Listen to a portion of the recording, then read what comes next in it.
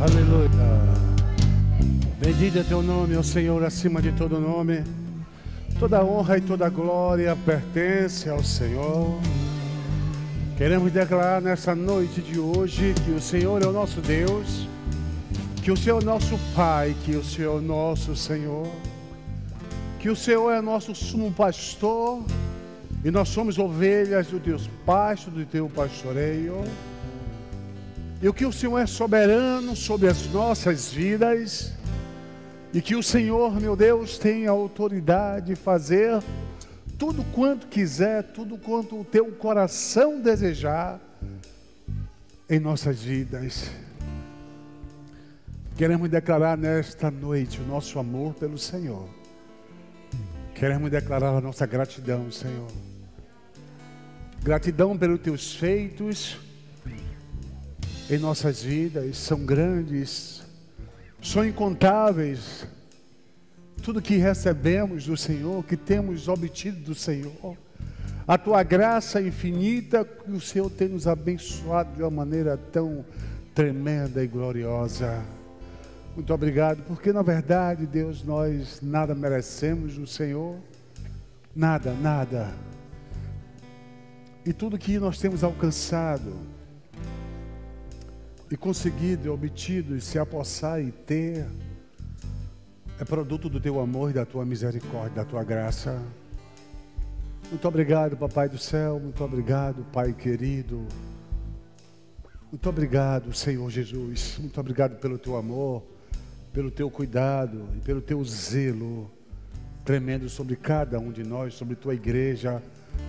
Não só esta igreja aqui, Senhor, mas toda a tua igreja em toda a face da terra, toda a igreja no Brasil, toda a igreja no mundo.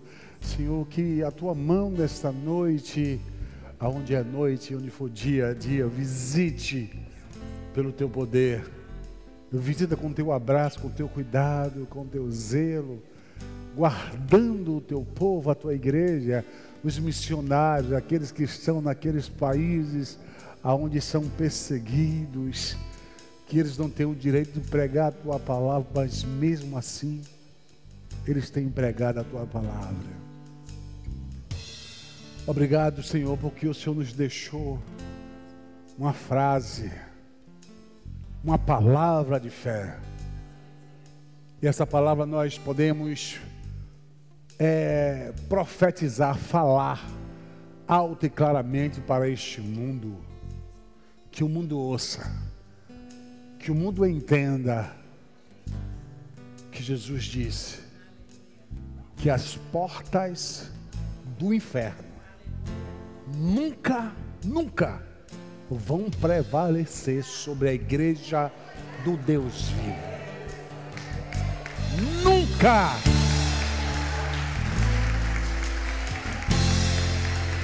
Pode vir a perseguição que vier,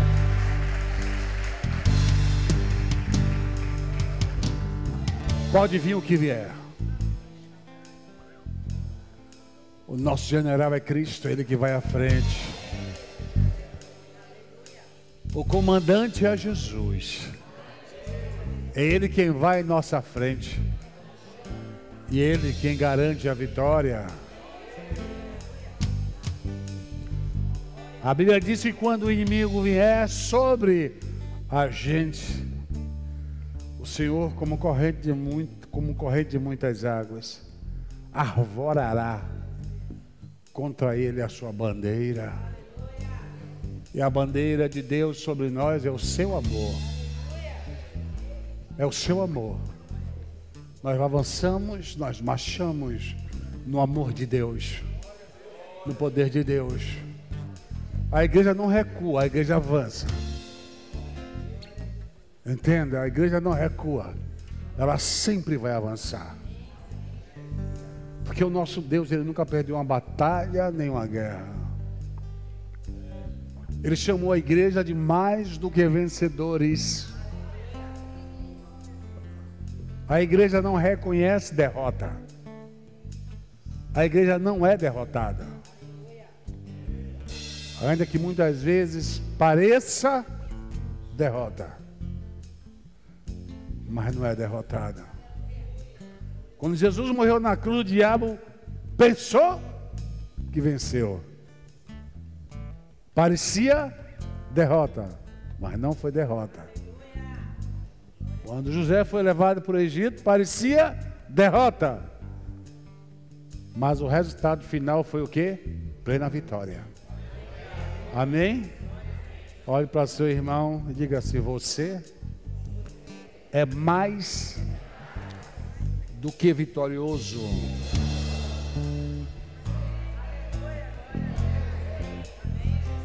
É verdade. Você é mais do que vitorioso. Pode sentar-se, meu irmão. Pode sentar-se todos. Dança, louvor.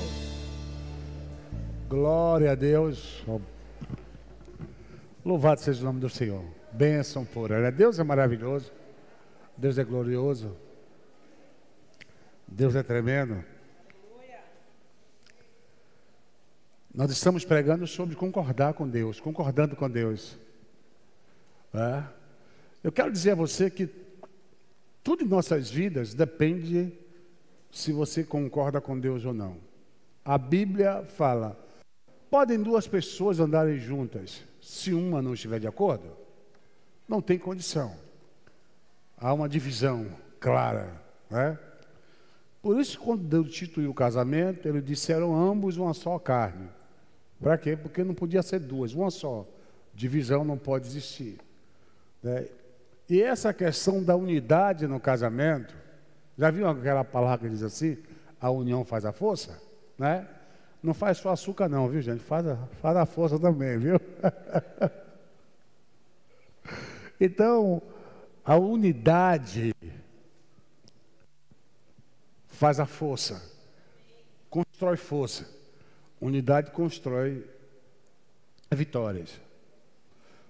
E muitas vezes coisas não acontecem na minha vida e na sua porque muitas vezes não concordamos com Deus. E concordar com Deus significa obedecer a palavra dele, crer no que ela diz, por mais que pareça absurdo, você tem que concordar. Você imagine o seguinte: Deus chegou no mundo antigo, no mundo antes do diluviano, chega para Noé e diz assim: Noé, olha, você vai construir uma arca, olha, minha ira sobre esse mundo chegou no top, vou destruir esse mundo.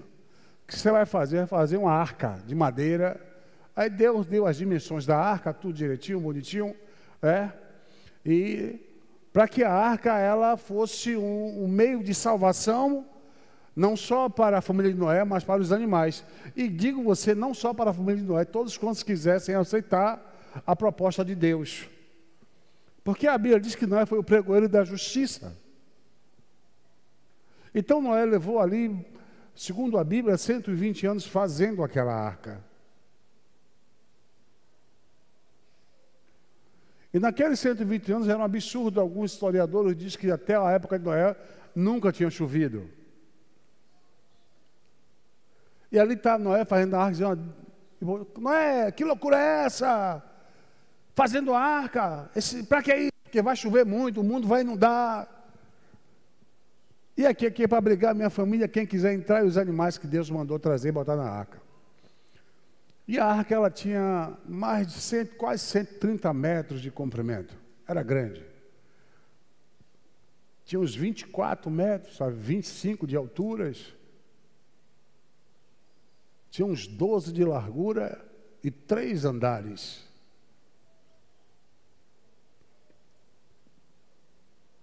Hoje é o que se descobre, é isso. Mas as pessoas chamaram Noé de louca. Louco, você é um louco. Você está abilolado. Mas por que diziam que Noé estava dessa maneira? Porque Noé acreditou no que Deus tinha lhe falado. Foi o que Deus disse. Deus disse: olha, faça uma madeira, uma arca, porque eu vou trazer um dilúvio sobre esse mundo e toda a carne vai expirar. Então faça a arca, para essa arca abrigar sua família, e você vai abrigar animais que vou botar aqui dentro, para dar continuação ao mundo que já existia. E Noé o fez. Foi o que Noé fez. Nada mais, nada menos dizer assim: tá bom, Deus, eu acredito, vou fazer a arca. Até então ninguém nunca fez um projeto daquele. Aquilo nunca existiu, fazer um transatlântico naquela época. Mas Noé acreditou, e isso é interessante, porque Noé ele deu ouvido à voz de Deus. E quando você dá ouvido à voz de Deus, você está concordando com Deus. Quando você não dá ouvido à voz de Deus, você está discordando de Deus, você não está aceitando. E às vezes não precisa você dizer que não concorda, basta você não acreditar. E Tiago fala isso: pedes e pedes mal, pedes e não recebes. Por quê? Porque pede por motivos egoístas. E Tiago ainda fala que o homem que duvida é como onda do mar, vai e vem, vai e vem. E diz assim: não pense tal homem que receberá alguma coisa do Senhor. Porque quando você duvida, você está discordando de Deus. Você está dizendo assim: Deus, olha que Deus fala em Jeremias, capítulo 1, versículo 9 a 11, diz assim: o que vê, Jeremias?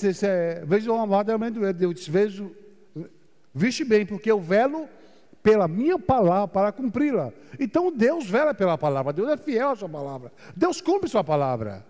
Quando você não acredita na palavra de Deus, que Deus tem uma promessa sobre a sua vida, que Deus te disse algo, que Deus ministrou algo na sua vida, você orou e Deus te deu uma promessa, e você rejeita aquela promessa de alguma maneira, você está sendo incrédulo. E quando você é incrédulo, você está dizendo assim: Deus, eu não creio na tua promessa na minha vida. Aí você não está concordando com Deus. Você não está concordando com Ele. E aí a Bíblia diz: pode dois andar juntos se um não estiver de acordo? Pode Deus cumprir na sua vida alguma coisa, na sua palavra, se você não acredita nele, se você não concorda com ele? Você imagina quando Deus chamou Moisés para o ministério de libertador de Israel no Egito? E Moisés vai subir no monte, chega lá e ele vê uma sarça, né? Um arbusto pregando fogo, né? E ele diz assim: puxa, vou ver que visão é essa, que esse negócio pega fogo e não se consome. Aí quando ele vai chegando, Deus repreende ele: não, tira a sandália dos pés, lugar que você pisa é uma terra santa. Aí Deus chama Moisés e diz: vem cá que eu vou te enviar a Faraó para você libertar o meu povo. Moisés: eu não. Não, Moisés, você não sou eu não.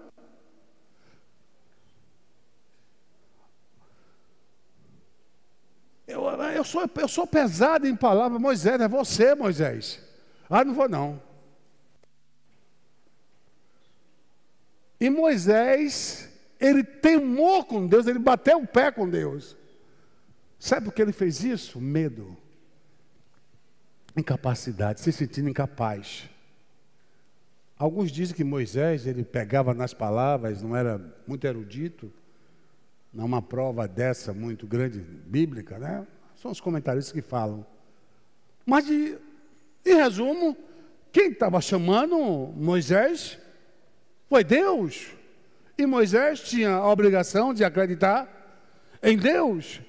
Mas Moisés, ele disse: olha, eu vou até, mas não vou dar uma palavra. Tá bom, Moisés, eu vou botar Arão junto de você. E por muito custo, e Deus chegou a se aborrecer com Moisés, por causa daquilo. Deus, ele colocou Arão, tá bom, Arão será seu profeta e você será para ele como Deus. Tá bom assim? Você fala para Arão e Arão fala. Agora tá bom. Mas esse episódio, ele poderia ser escrito e nos apareceu de outra maneira. No momento que Deus se manifestou, se revelou a Moisés, através daquela sarça,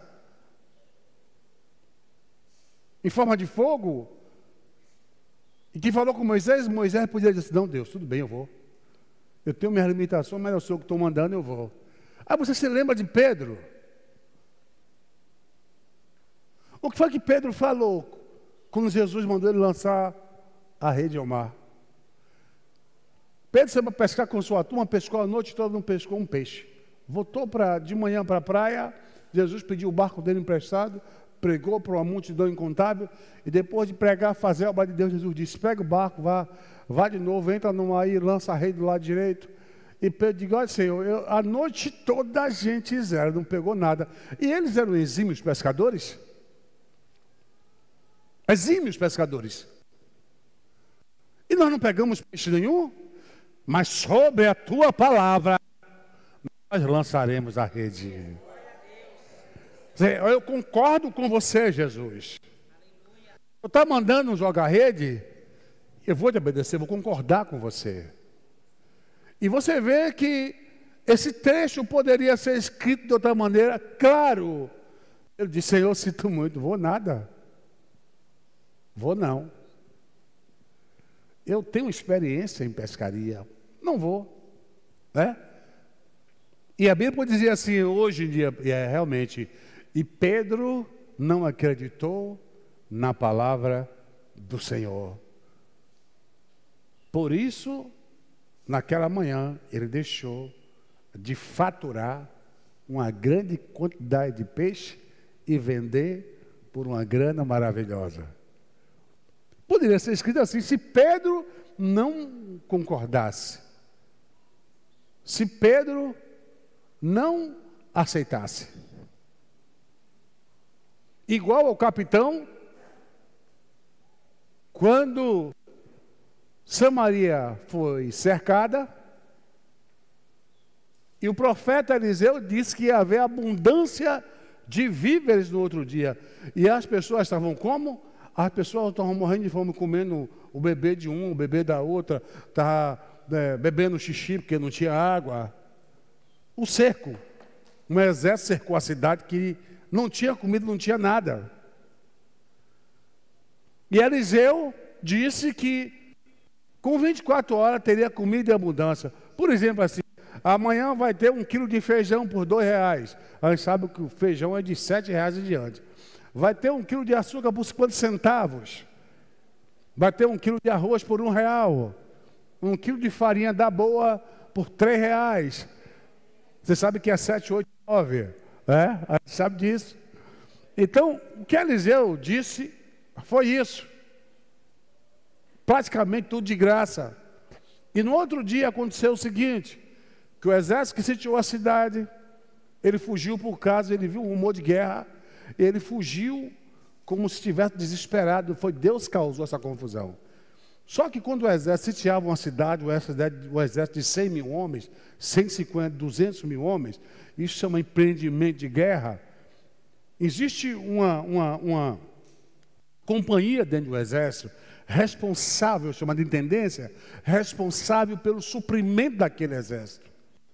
Então vem não sei quantos quilos de carne, quantos 1000 quilos de carne, quantos 1000 quilos de feijão, de arroz, e tudo fica estocado no acampamento para alimentar o exército, para segurar o cerco. E eles saíram e tudo isso ficou. Por isso a cidade tinha comida em abundância. Mas antes de acontecer tudo isso, o capitão cujo o braço do rei se apoiava, esse capitão disse assim: ainda que Deus abra a janela do céu, não creio que isso possa acontecer. O profeta disse: você vai ver, mas não vai comer nada. E no outro dia aconteceu isso. Tinha comida à vontade, o exército fugiu, descobriram, foram lá pegar a comida. O povo saiu com fome para pegar a comida, e o capitão queria organizar uma fila. O povo desesperado de fome. Sabe o que aconteceu? O povo atropelou ele morreu pisoteado. Se cumpriu a palavra do profeta. Mas porque aquele capitão ele não provou daquele milagre? Porque ele não concordou com a promessa que Deus tinha para a cidade, que fatalmente também estava sobre ele.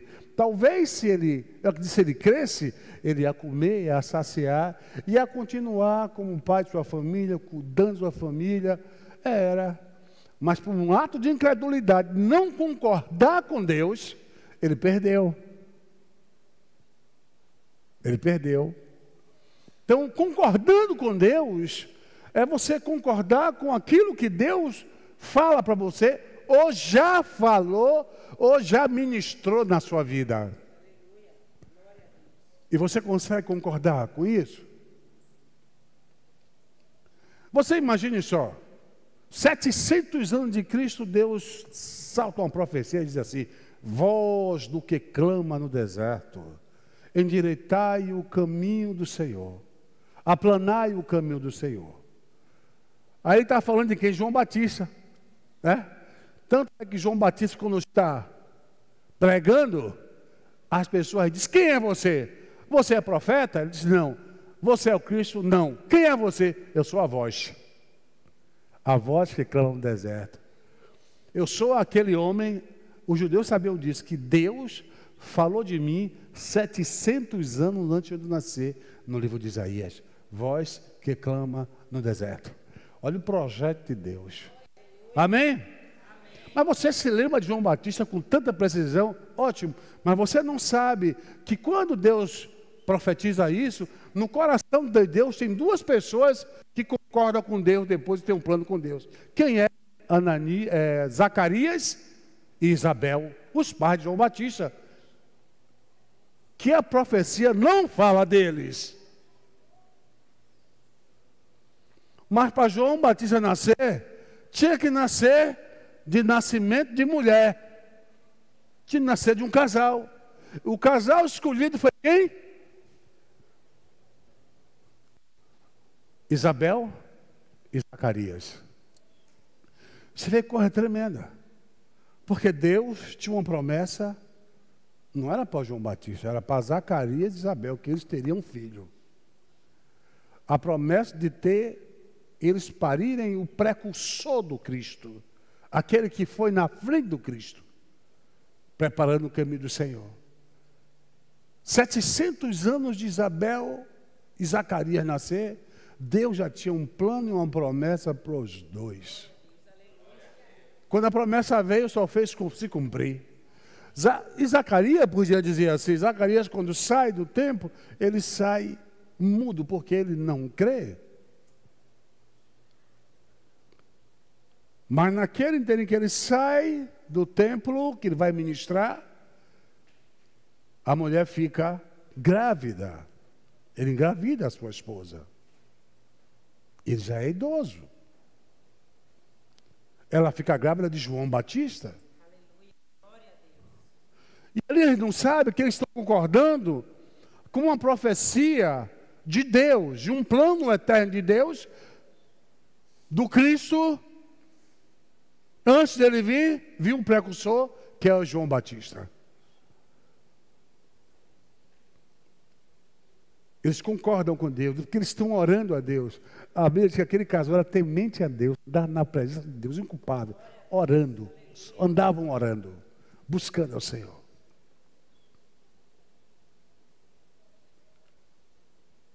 A pergunta é: você concorda com Deus para o que Deus tem para a sua vida?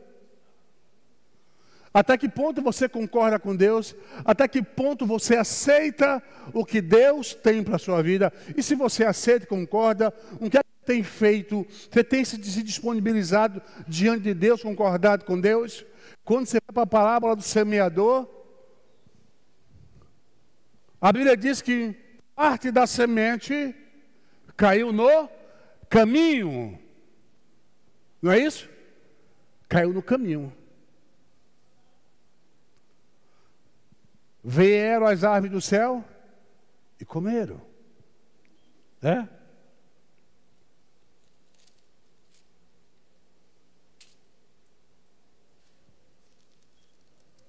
E tendo naquele dia saído, Jesus da casa estava sentado junto ao mar da Galileia, viu? E chegaram a ele grandes multidões. De modo que, entrando ele no barco, assentou-se, e toda a multidão estava em pé na praia, e lhe propôs muitas parábolas, dizendo: eis que o semeador saiu a semear. E semeando, algumas sementes caíram junto ao caminho, E vieram as aves do céu e comeram-nas. E outra parte caiu em pedregais, onde não tinha terra, nasceu logo, porque não tinha profundidade, né? E morreu. E mais vindo o sol, queimou e secou-se, porque não tinha raiz. E outra parte caiu entre os espinhos, e os espinhos cresceram e sufocaram-na. E a outra parte caiu em boa terra, e deu fruto 100, e 70, e outro por 30. Quem tem ouvido para ouvir, ouça. Quem tem ouvido para ouvir, ouça. Quem ouve, ouve o quê? Quem ouve, ouve o quê? Palavra. Quem fala, fala o quê? Palavras. Agora você pode escolher ouvir coisas boas, ouvir a palavra de Deus, e falar coisas boas, só a palavra de Deus. Ou você pode escolher ouvir besteira, murmuração, rebeldia. Você pode escolher ouvir o que você quiser.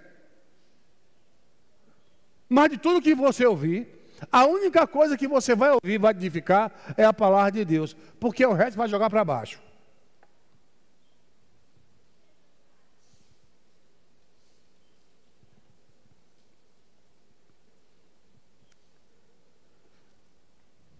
Aí Jesus foi explicar a parábola do semeador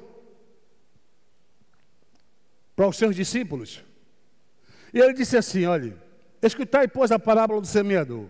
Ouvindo alguém a palavra do reino, ouvindo alguém a palavra, diga comigo, palavra. Lembre bem dessa palavra que eu disse, palavra.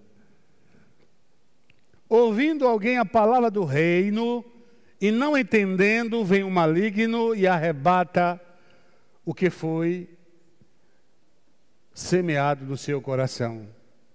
E isso foi o que foi semeado no caminho. Aqui são 4 grupos. São 4 tipos de pessoas. São 4 tipos de coração.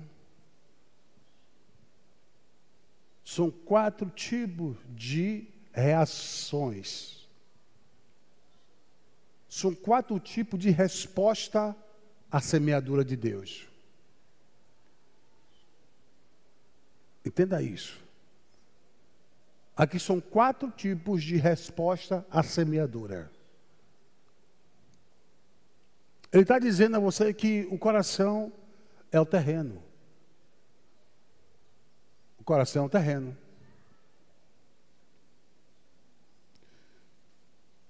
Porém, o que foi semeado em pedregais, esse é o que ouve a palavra, diga a palavra.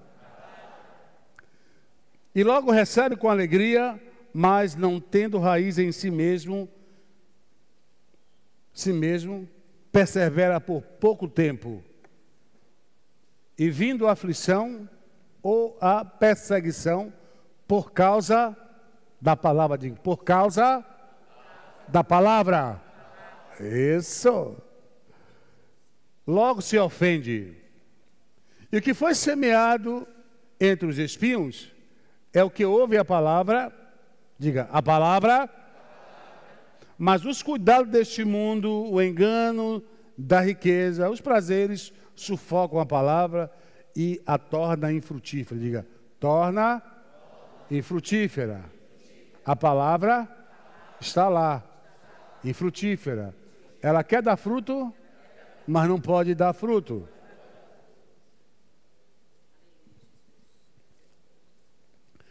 Mas o que foi semeado em terra, boa terra, é o que ouve a palavra, diga a palavra, e compreende, e dá fruto. E um produz 100, outro 70 e outro 30. Amém? Glória a Deus. Isso é a parábola da semente. São 4 grupos: caminho, pedregais, espinho e a boa terra. 4 coração, 4 tipos de pessoa, 4 tipos de vida, 4 tipos de resposta, 4 tipos de reação. Qual é a resposta que Deus quer de você quando Ele semeia a palavra dele de você? Por exemplo, quando ele deu aqueles talentos àqueles homens, a parábola dos talentos, não é dos 10 talentos, dos talentos, que na verdade eram 8 talentos. A um deu 5, que ganhou 5, a um deu 2, ganhou mais 2, a um ele deu 1 que enterrou e guardou. Quem ganhou 5 teve uma resposta favorável, teve uma reação favorável. Ele sabia o que o Senhor dele queria. E ele reconhecia a capacidade que o Senhor dele deu a ele. Ele foi lá, ganhou mais 5. O que ganhou 2, a mesma coisa, ele sabia do potencial que ele tinha. E ele foi lá, ele conseguiu investigar mais 2 talentos e entregar ao Senhor. Mas o que ganhou 1 talento foi o que ele fez. Ele escondeu, ele guardou, ele ficou com medo. E ele disse ao Senhor, meu Senhor, foi o seguinte, eu sei que o Senhor é um homem rígido, cobra mesmo, o Senhor quer lucro onde não investiu. E eu tive medo, eu peguei o talento e eu escondi. 1 talento. Você vê, se ele tivesse dado 1 talento, ele perderia só 1 talento. Mas na lógica, quem deveria ter medo, ele ganhou 5 talentos. Que ganhou mais. A responsabilidade era muito grande. Aquele de 1 talento foi de menos responsabilidade. Mas a reação dele ao investimento do Senhor na vida dele, entenda que o Senhor está investindo na vida dele. A reação dele é negativa. É uma reação de medo. É uma reação de descrença, de incredulidade. Ele não consegue crer que o Senhor confiou nele e que ele tem condições de ir à frente. Ele não consegue acreditar nele mesmo. Eu escondi o teu talento. Então a resposta dele ao investimento do Senhor é uma resposta negativa. Você está entendendo o que estou falando? Na palavra do semeador é uma coisa mais ou menos isso. São 4 tipos de coração. Coração caminho, coração espinho, coração pedregoso e o coração boa terra. Que coração é o seu? Essa é a pergunta. A palavra de Deus tem prosperado na sua vida? Tem? Você sabe qual é a pior característica do caminho? Caminho é aquele lugar que todo mundo passa. Seu coração é aquele coração que todo mundo passa. Todo mundo tem influência, você ouve todo mundo, você dá crédito a todo mundo. Qualquer boato você está se enveredando, qualquer coisa você está ouvindo, qualquer coisa você está dando crédito. Você é um coração caminho. Você passa a desacreditar em Deus. Você possa desacreditar na palavra. Essa palavra, não, mas essa palavra é para aquele tempo, não é para hoje não. Não, irmão, isso aqui era para o tempo dos apóstolos, não é para hoje. Cura, milagre, não é mais para hoje. Aí seu coração é um coração caminho que as pessoas passeiam no seu coração. Aí seu coração fica duro, ele começa a resistir à palavra de Deus. Interessante, qualquer palavra de Deus, quando é jogada no seu coração, que Deus quer fazer algo na sua vida, o seu coração está tão endurecido para crer, que o inimigo, com uma facilidade, ele vem muito grande, ele vem roubar de você a palavra. Mas que palavra ele rouba de você? A palavra pode mudar a sua vida, a palavra que pode mudar a sua situação, a palavra que pode mudar seu casamento, a palavra que pode curar o seu casamento, a palavra que pode curar seu filho, sua filha, pode curar você. É isso que ele rouba, porque ele sabe, se roubar a palavra, ele rouba o único instrumento que tem o poder de sua vida ser transformada. Ele sabe disso. É por isso que ele rouba. Ele não mata você porque ele não pode, porque Deus não deixa. Mas pela sua incredulidade ele consegue roubar aquilo que Deus tem dado à sua vida. A Bíblia diz que o diabo, o ladrão, vem para matar, roubar e destruir. Essa é a função primordial de Satanás. É roubar o que Deus te dá, é matar aquilo que está na sua vida de Deus e é destruir a sua vida. É isso que ele faz. E é isso que as pessoas gostam. A maioria do mundo gosta disso. Ser roubado, ser destruído, tudo pelo diabo. O diabo rouba dando, sabia? Ele mata dando vida. Ele destrói construindo ao modo dele. Há caminhos que ao homem parecem caminho de vida, mas o fim deles são caminhos de morte. O que ganhou, o que foi semeado na terra com pedras? O que foi que foi semeado? O que foi semeado no caminho?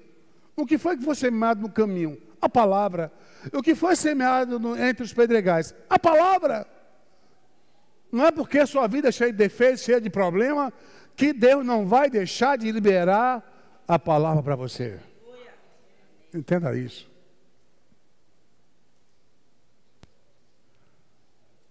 Aquilo não é um jogo de Deus. Eu vou semear aqui, mas sei que não vai dar certo, não.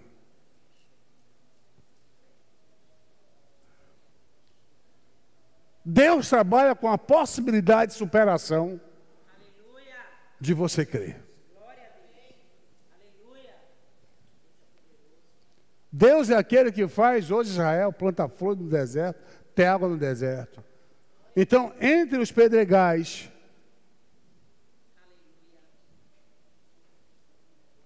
entre esses pedregais, que significam as agruras da vida, aquilo que vai de encontro à palavra. Quantos crentes receberam a palavra nessa situação? Mas hoje estão firmes. Eles conseguiram remover os pedregais. Eles conseguiram superar os pedregais. Não é porque seu coração cheio de pedra, a terra não tem profundidade, que você vai ter que perder, que você vai ter que ser anulado. Não, não, não, não.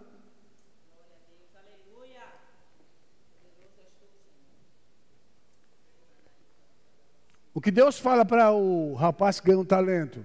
Ele diz o quê? Você sabia que eu quero lucro onde eu não investi? Eu quero retorno onde não coloquei. Por que não investiu? Por que não arriscou?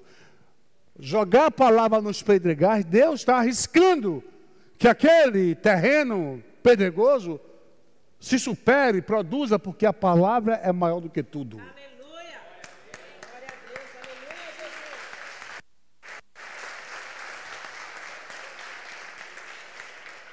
Deus não fez um jogo investindo por brincadeira, nem para hoje dar um exemplo para a gente. Não, gente. Deus fez aquilo.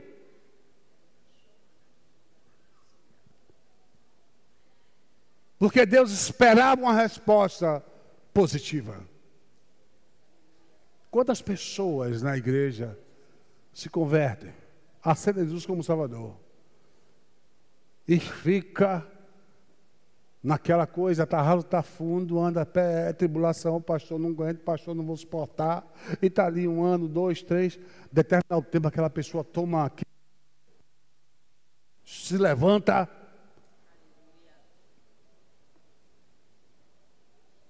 e fica firme e anda firme. Mas no início da sua fé era um pedregal, era um terreno raso, não tinha raiz, mas ela resolveu crer na palavra.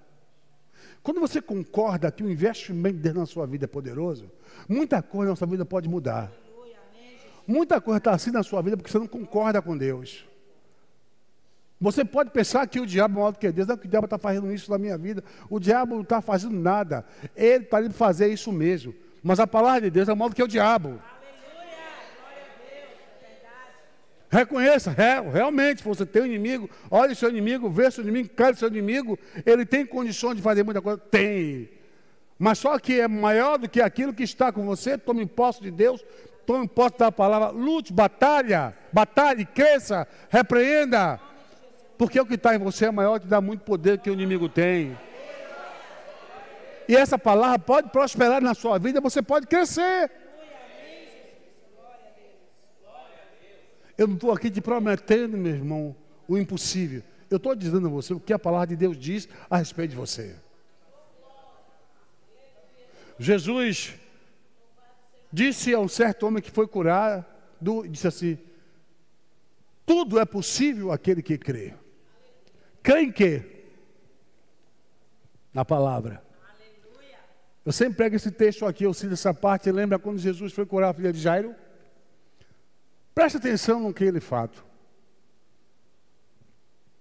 Pegue, pense. Jesus viu a Jairo e disse: por favor, cure minha filha, ela está morrendo lá. Jesus, eu irei e darei vida à sua filha. Jesus faz uma promessa a Jairo. E Jairo está acompanhando Jesus. Jesus faz mais um milagre ou dois. E está andando devagarinho. E naquele meio tempo chega alguém, um pedregal, ou talvez um espião, aquele que gosta de roubar a bênção, quem sabe um passarinho para roubar a palavra. Que palavra promessa que Jesus deu? E diz a Jairo assim: olha, não incomode mais o mestre, porque sua filha já está morta, ela acabou de morrer. Jairo não fala nada com Jesus, mas podemos até entender e contemplar ele como pai, abaixar a cabeça, quem sabe chorar e desanimar e não falar nada para Jesus. Eu acredito que Jesus não estava tão perto dele. E Jesus olhou para ele e disse: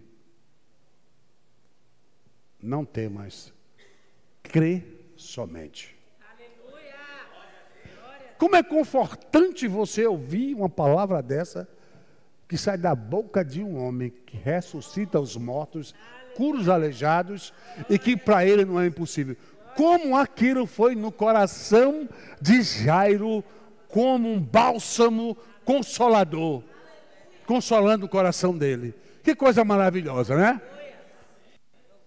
Mas a gente pergunta, Jesus diz: não temas, crê somente.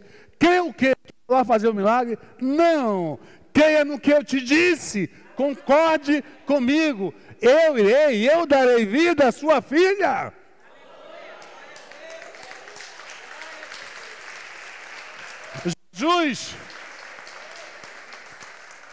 Jesus liberou uma palavra para o coração de Jairo. É como a semente semeada em boa terra. Deu para entender o que é semente, o que é semeadura? Jesus semeou no coração de Jairo: eu irei dar a vida à sua filha. Jairo pegou aquilo, botou no coração. E no momento que o passarinho veio pegar a semente da palavra para roubar a bênção, a cura da filha, Jesus: não tema, não fique com medo, creia somente. Imagine se Jairo não cresce. Como seria contada a história de hoje, de Jairo? Aí alguém pode dizer: mas Bispo Zé Carlos, mas aconteceu. Digo, e você está certo, aconteceu. Mas vou te contar um caso interessante. Jesus entrou na cidade de Nazaré, e depois de sair de lá fazer muitos milagres, os irmãos dele: vai lá, faz milagre das terras, para todo mundo veja você lá fazer milagre, aqui não. E a Bíblia saiu, a Bíblia diz que Jesus saiu da cidade natalícia dele, a Nazaré, onde ele viveu, né, no caso, cidade onde ele viveu. Ele saiu daquela cidade e disse assim, e a Bíblia diz assim: e ali ele não fez muitos milagres por causa da incredulidade do povo. Então eu quero dizer a você que incredulidade anula milagres. A incredulidade anula o milagre, a promessa de Deus na sua vida. Você pode dizer: eu tenho uma promessa, mas você crê? Você acredita que Jesus possa fazer isso, como Jesus disse para um certo homem que o curou? Você acredita que eu posso fazer isso? Você tem a promessa. Mas você crê que aquela promessa é verdadeira, que aquele que prometeu é poderoso para cumprir? Você consegue concordar com Deus? E essa é a questão.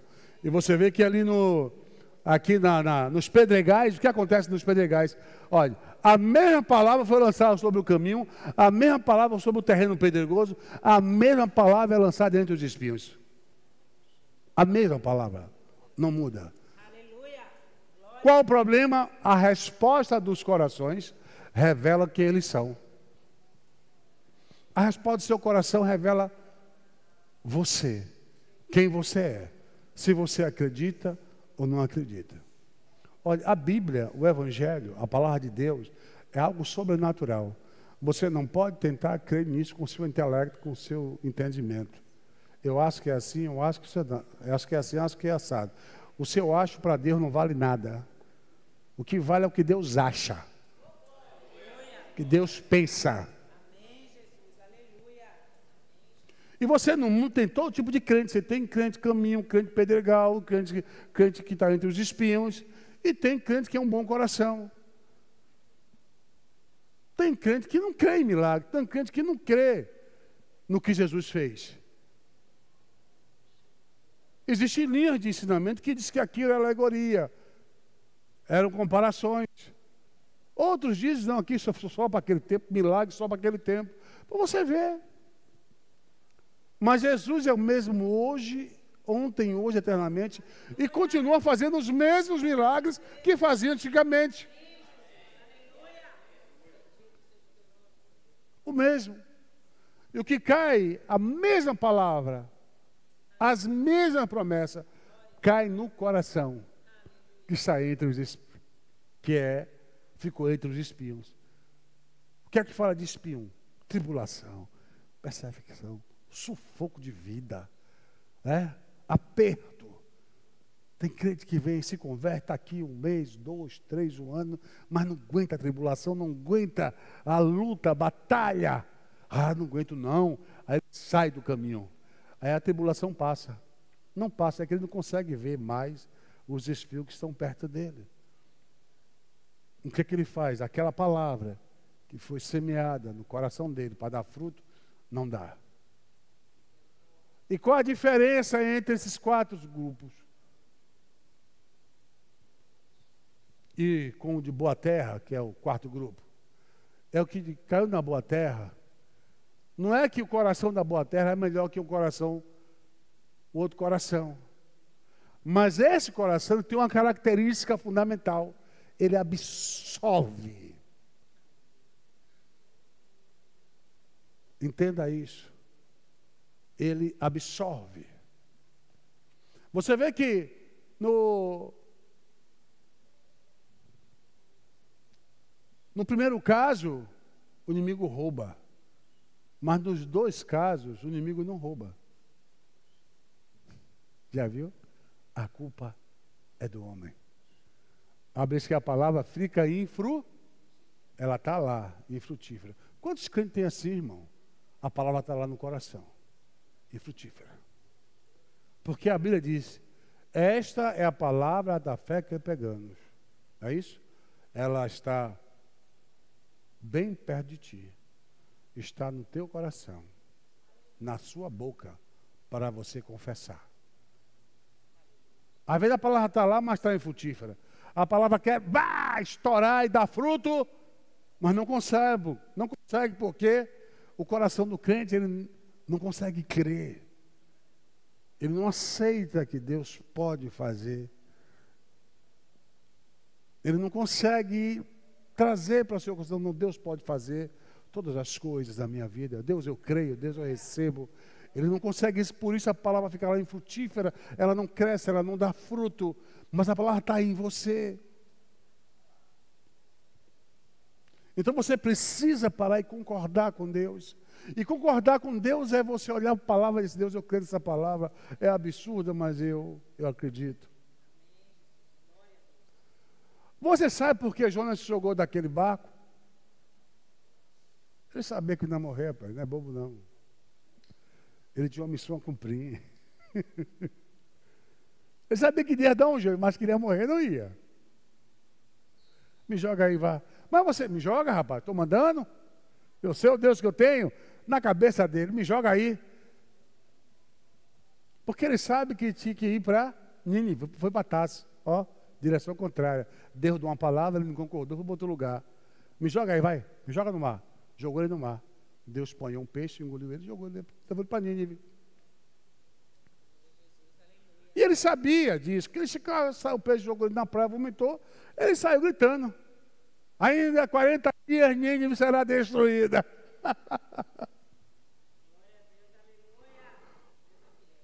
Ele sabia. Ele conhecia o Deus que ele tinha. Você pensa quando Abraão foi sacrificar Isaac, você acha que ele não sabia que Isaac ia voltar? Ele disse assim, nós iremos e voltaremos, porque Deus disse em Isaac serão benditas todas as nações da terra, e Abraão concordava com Deus. E a Bíblia diz que é impossível que Deus minta. Se Deus matasse, Abraão matasse Isaac, Deus tinha que ressuscitar Isaac por obrigação da sua palavra. Pela promessa que ele deu.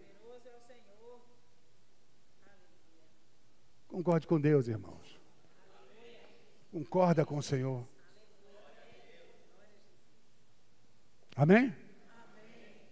Glória a Deus. Você que está nos ouvindo aí pelo nosso canal do YouTube, Deus te abençoe. Concorde com Deus, meu irmão. Concorde. Deus tem promessa na sua vida? Ah, não se cumpriu ainda uma promessa? Continue crendo. Continue crendo que vai acontecer. Vai se cumprir. Amém? Porque Deus sabe o quê? Deus é fiel. Deus é a palavra. Deus é a palavra. E se Ele diz que vai cumprir na sua vida a palavra dEle, acredita. Todo mundo pode não acreditar. Entenda isso. Mas você tem a obrigação de acreditar. Porque o milagre, a promessa é para você. Deixe duvidar quem quiser, deixe falar quem quiser. Amém? Deus nos abençoe em nome do Senhor Jesus Cristo de Nazaré.